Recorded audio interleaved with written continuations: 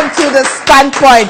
This is the month of love, L-O-V-E. Somebody says, love is a feeling you feel when you feel you're feeling something that you've never felt before. Quite a long one. But really, what's love all about? We start today. Today we are talking about intimacy in marriage. Intimacy in, somebody calls it what? Shenanigans in psychology. Okay, so please, if you're not 18, if you have a kid around, please let them go and watch some cartoons or something, because this is serious adult talk and we must talk about it. My name is Ohineyere Gifty Auntie. Welcome to the Standpoint. Let me say thank you to Chic Collection for my dress. Yes, this dress is by Chic Collection. I'm so grateful to them. Thank you very much. My beads by Eguzi.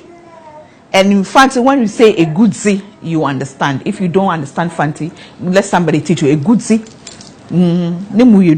Yes, so it's by Eguzi. Thank you to Extra 5 for my hair, and of course Power Cosmetics provides us with a makeup product applied by Makeup and More. We take a break. When we come back, intimacy in marriage. We'll be back.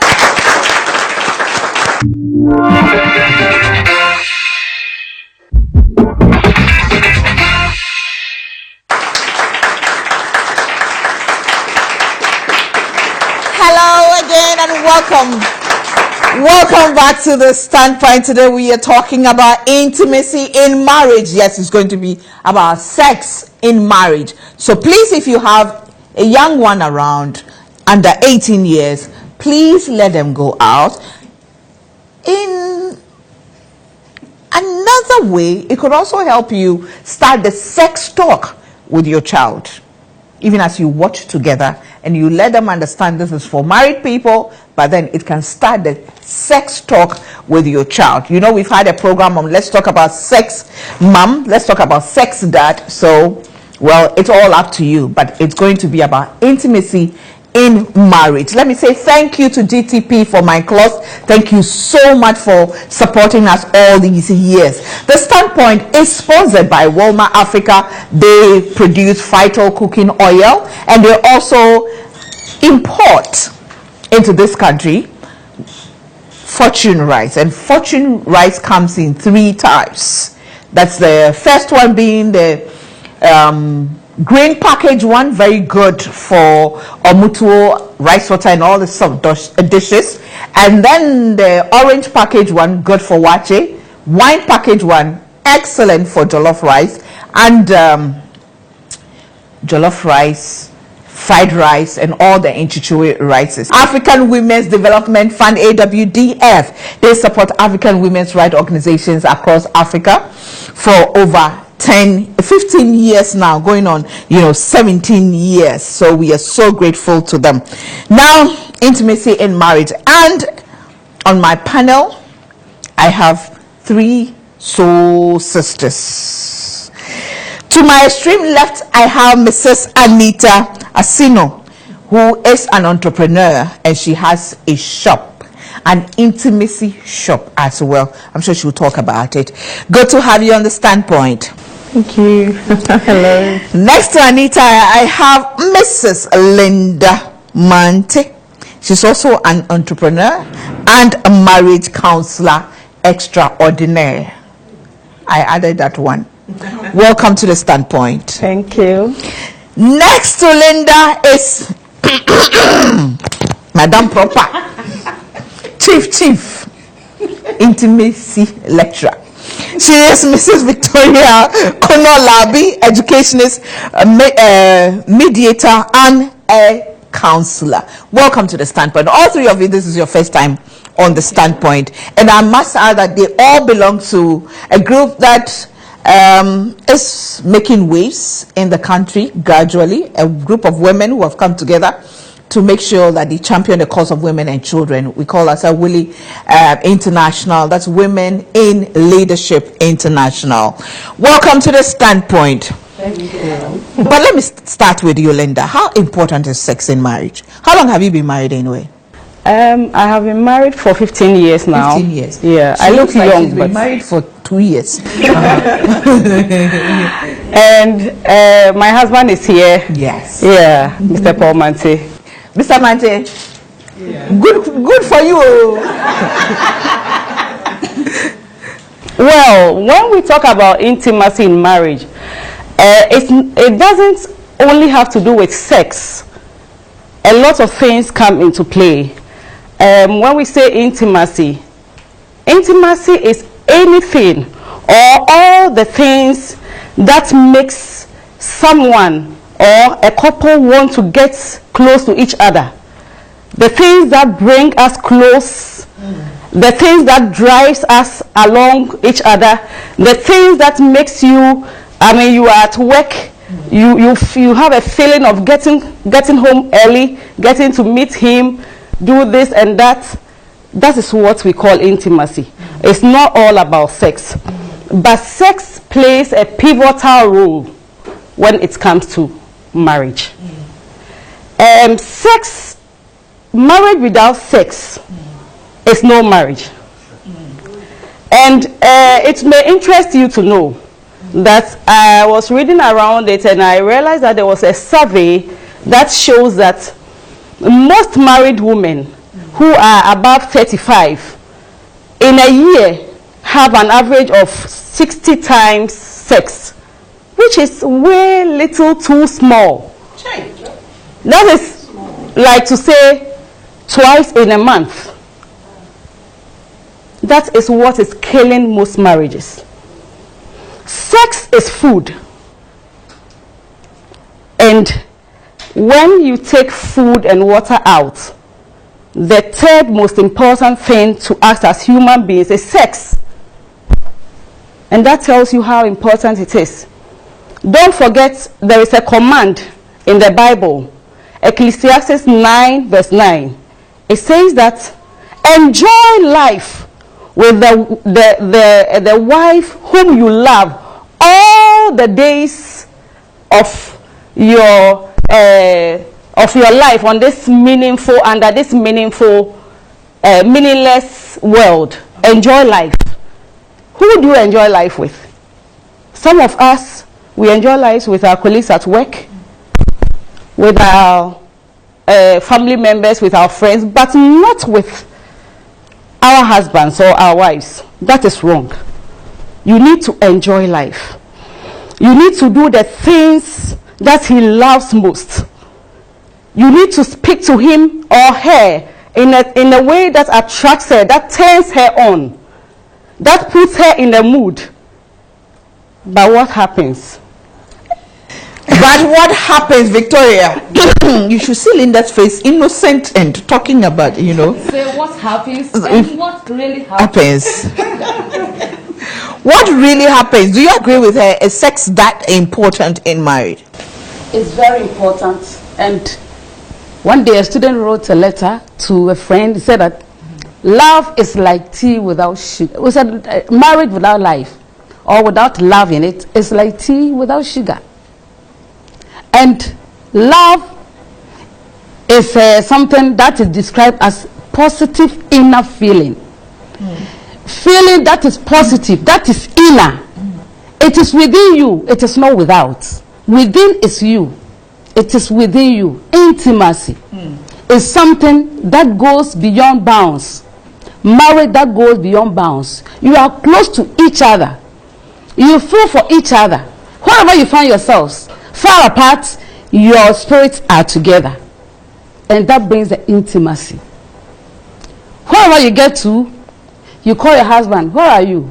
I'm here. What do you think you are checking? You are checkmating. You are checking on him too much. Not checking on you. I have to check on you just because of the love I have for you, the intimacy. I have to check on you every passing minute. When you part out from the house, get to the workplace. Around 11, I'll call him. Housework. He'll tell me, oh, everything is okay. Around 2 p.m., I'll just check him again. Say that, have you eaten? Have you taken your lunch? Yes, I've taken. What about you? I've also taken. What did you eat? I ate this, I took that. And around 3 p.m., when are you leaving office? I'm on my way to the house. Or today I'll keep a bit longer.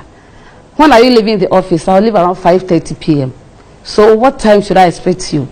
Okay, latest by an hour, I should be in the house. And it's not like I'm checking on him. Just because there's somebody in there who is taking my position. No, nobody can take my position. Child. Even if you want to take my position, you don't have the nerve. You don't have the audacity. I've married for 31 years. Wow. You don't have the nerve to take it from me. There's no place you see my husband without me.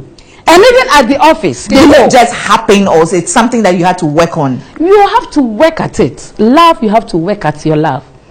It's not like, you know, some women, when they marry, before they get married, because they're looking for someone, they'll pretend they are angels. Because they want to get married. They'll get attached to the man. They'll try to win the heart of the man. And what happens if the man takes them to the altar? It turns the other way around. There you see the actual character in them. They stop dressing properly. And when you tell them, Maggie, why have you put on this stuff out of dress? You know, I'm in the house and I can put on anything. No, I'm a married woman. I'm a married woman, and look at my ring. Nobody can take you from me. Please, somebody can take him from you. Yes, if you don't work at it, somebody will take him from you. And you don't prepare food. When it's time to prepare something for your husband, you feel reluctant to do that because you want him to go out. Okay, let's go and take something outside. Your husband wants you to prepare something for him. Not that lady there who has been contracted to prepare food at the restaurant to sell. He wants you. That's why he married you. He needs your food. He needs the food, the top one and the down one. He needs everything of yours. Yes, he needs everything. And when you are to give him the sexual feeling too, it should be excellent. Let me come to Anita. I'll come back. Should it be about satisfying sex in marriage? And I believe you are nodding, so you believe that sex in marriage is important. Should it be about satisfying the man, or it's about both of you enjoying? Is the sex in marriage more beneficial to the man or to the woman? Okay, I mean, I think there's different types of intimacy, like Linda mentioned, but I think today we're talking about sex, the longement. I say part of the what? Longement. Say after me, longement. Longement. You know, and it's very important. In fact, to me, I feel sex is what glues the relationship together, the marriage together. So if the glue is not working or sticking or being used, it causes a lot of problems. I think we've touched on. Sex is important in a marriage, and the satisfaction is not about just about the man or just about the woman. It's a mutual exchange. But I think in our culture, the historics of it is that the woman is supposed to be pleasing the man. And I think there's a saying in the UK, lie back and think of England. You know, there's no, you're just supposed to, you know, just lie there or just be available. But I don't think that's how it should be. It should be two of you. And I think if we're talking about sex, I think sometimes what happens is that I feel in our environment there's a mindset. At the courting stage, we are having fun. We are in lust, and then we fall and we want to be together. Then when we marry, I think some women and men think they have to go into some kind of role, and then the first thing that usually starts to dwindle is the sex. Yeah, isn't it because of our society where, you know, sex is a taboo topic? You know, you'll be amazed at some people sitting there. The fact that I said we're going to talk about sex, like, hey, and on TV, why should they talk? Immediately they'll recoil and, you know, get into the condemning, you know, mood. Let me tell you that, you know, I am running a lingerie retail. That's my fun side of my entrepreneurship. And I am telling you that Ghanaians, I'm sorry, we just lie. It's fake. You understand? On the outside, we portray this holier than thou image, but there are things going on, Gifty. Serious things. Oh, there are things. People are buying stuff. Let me give you an example. Yeah. I decided to pilot edible lingerie. That's bras and panties, pouches that you can eat, underwear. Yeah, to have as part of spicing it up, having fun.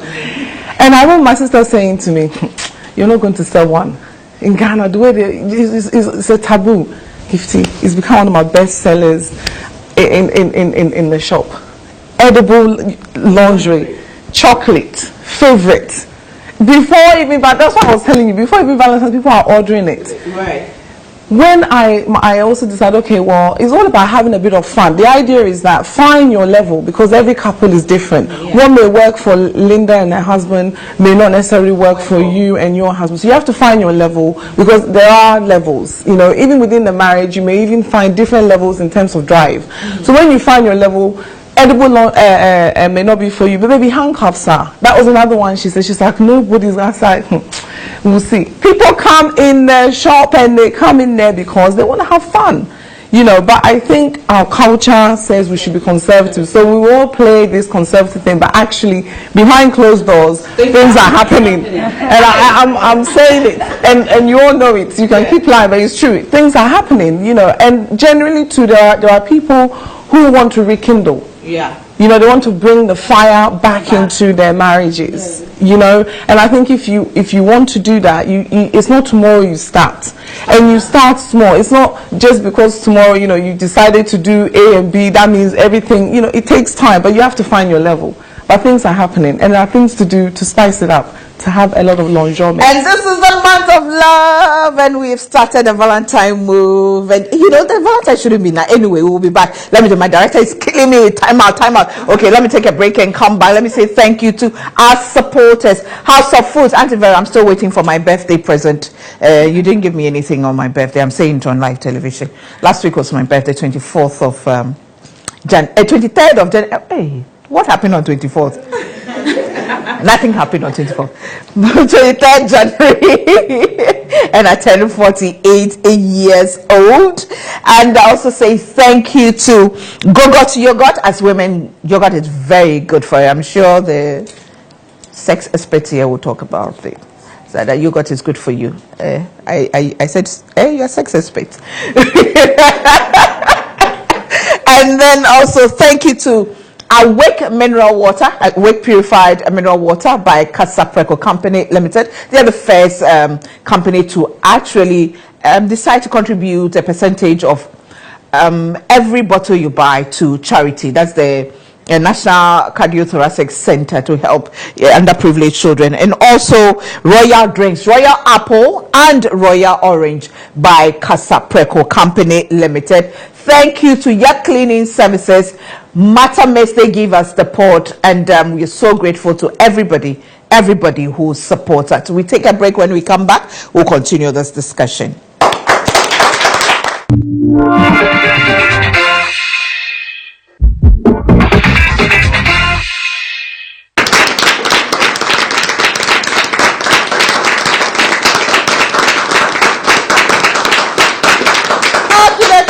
Welcome back to the Standpoint. Things are happening, yeah? It's about time we get real. Well, let me say thank you once again to GTP for my cloth and then chic collections. Sold my dress for me, my beads by Egudzi Ghana, and hair by Extra 5. Watchman, thank you very much. And then we also like to say thank you to Baba Cosmetics for giving us a makeup product and applied by Makeup and More. The Standpoint is sponsored by Walmart Africa. They produce fried or cooking oil, and they also bring into this country and sell Fortune rice, which comes in 3 types. The orange package one, very good for wache. Green package one, excellent for the soft dishes. That's amutuo and rice water. And then orange package one, I mean, best for jollof rice and fried rice. African Women's Development Fund, AWDF, also support us. I'm trying to get all the sponsors out of the way so I can talk more. Back to the panel. Linda, so things are happening. Why are we, pretending that we don't know? But it's also a fact that in certain homes, especially the women, are very conservative. Because of, I I think to a large extent, I may be wrong, to a large extent, it's how we're social, how we're raised up. So everything we do is about concentrating on satisfying the man in bed.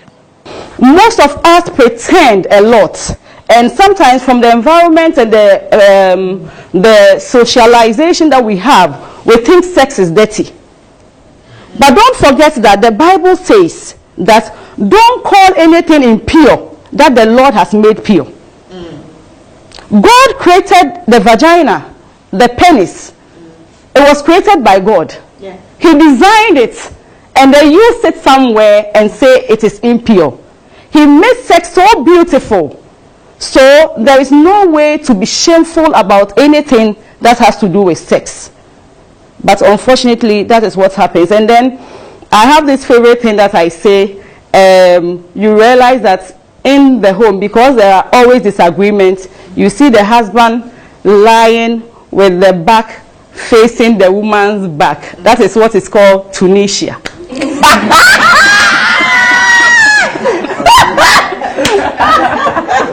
Tunisia. So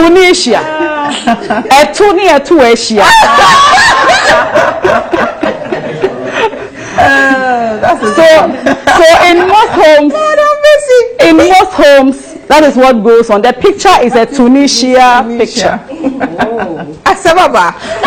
But you have to move from Tunisia to Cambodia.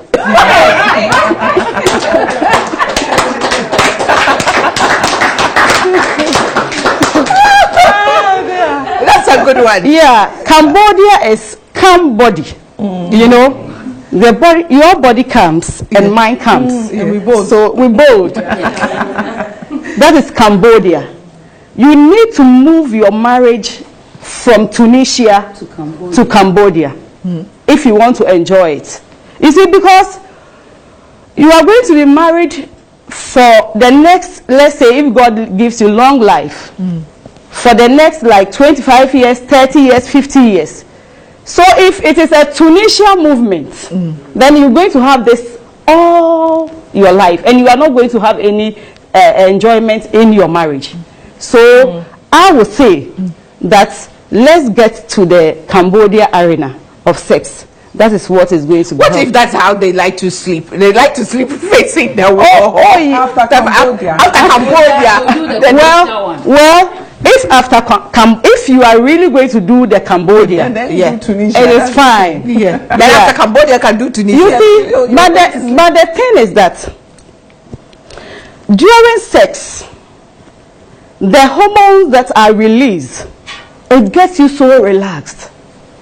So I think that the position that you round things, you know, when it gets you so relaxed that it puts you to sleep. So let's say if it's a behind position. So in this case, it's not. It can't be a Tunisia. Because the way you ended, that's how you sleep. That's how you sleep. Okay. Yeah. Okay. And sex, Gifty, or Hinere, yes, it's good. Yes, my sister. It's good. It's sweet. The benefits that you get out of it. I always tell people when they come to church, I use a lot of church examples because I do a lot of speaking in church. When they come to church, they do all sorts of things, dance styles. There is this song, and they sing and turn 360, but 1 degrees. But once they get home, then the headache starts coming. And I ask myself why. Because sometimes they don't even know how to do it. Or the stories that they have heard about sex. Sometimes people are told that, if the penis is small, it doesn't excite. But I'm here to tell you today that from research, the size of the penis is not the issue. It is what you do with what you have. And how you use it. And how you use it. You see, because the woman's cervix, 3.5 inches from, as it goes in there, it is within 3.5 inches that all the nerves that brings pleasure are found. And when there is an erection, even the smallest one can go 4.5. So it goes beyond. It goes beyond. So no one has an excuse. No, you don't have an excuse. It's the mindset. It is the mindset. You listen to them and then you go in already tired. But if you go in and you have it in mind that I'm going to enjoy it, I'm going to feel it. Because if you have headaches, the best painkillers, yes, and those who are into it will tell you that there are hormones that are released that makes you, they act as natural painkillers. Auntie Vicky. So 31 years, aren't you tired? Never tired. Hey. Because I'm a strong woman and my husband is a strong man. Yes. So until the bones are rotten. You're still on. Ayalolo. Ayalolo. Yankonkwa. Until the bones are rotten. Until our lives are taken from us. That we have no excuse. But as we are living, life goes on. And sex goes on. I mean, I just like the look on her face, you know, yes. That smile, that smile, you know. But you know, you the same. You do the same thing over and over. You get bored sometimes. No, there's no boredom in this. Sex doesn't have any boredomness. It depends on how you do it. Yes, at times you have to vary your styles. Yes, the styles must be varied. You do this today, tomorrow you change it. And the body posture also talks about whatever you do. Yeah. And the body language says it all.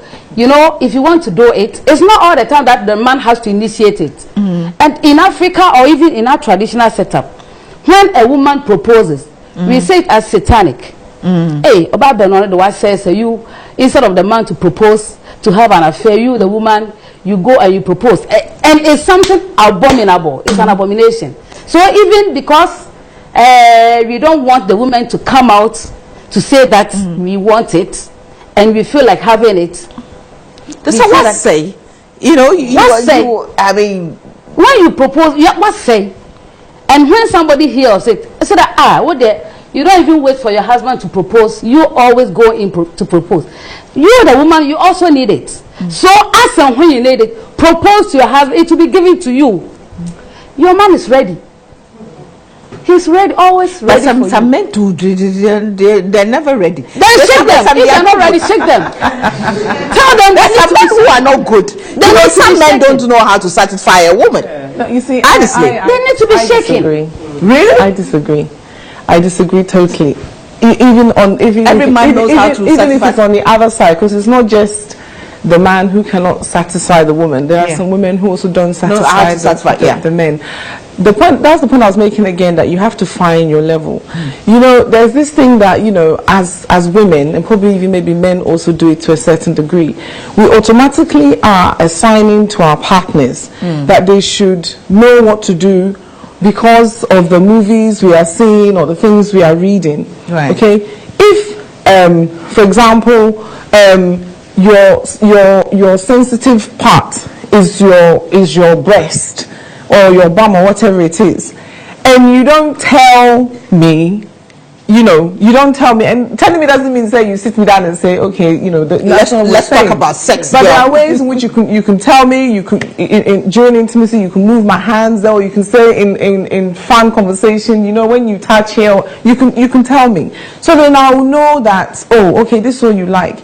If you think the man or the woman is not doing it for you, you have to coach them into what you like. But it's unfair for you to just sit back and be saying the person is not performing when they don't actually, even if they were performing, we don't really know what it is that is like that you like. So I don't agree. I don't think there is such thing as somebody is bad in bed. I think it all depends on the people involved. If you one of the things I want to say on a serious note is that you notice that if we're angry with our husbands, or you know, we can go to church, go to a party, do everything, but likely most of the time, probably sex will not happen in some couples. But when they're angry, they can do everything else but that. That is because of that was what I was saying, the deepness of the intimacy. There is another side to sex. It's not just the physical. There is an emotional side, a vulnerable side. You know, the side that just says, you know, I'm vulnerable to you. You know, that whole euphoria is there. Yeah, I open myself up to you. We are, you know, so that's when we're angry, you know, or that when it's not happening, people become resentful because you're depriving me of that emotion, of that feeling. So I think it's important for me. I feel communication is very key in a relationship, but I think without friendship you're doomed, because it's the friendship that allows us to work it out. So the example Linda gave of someone from the church, I have it all the time. People come into my shop and they will say, my partner, so maybe you're willing, but your husband or your wife isn't that way inclined. So I always say, we've got to also be careful when we go and we want to try new things. You need to remember there must have been a moment, because you're married, there must have been a moment in your courting that you knew you were doing things, the things that made him or her happy. Right. So you have to start from that point. So I'm saying you cannot just, because we say spices up tomorrow, right now, you're going to go and buy edible panties and then you're going to, no, because that's not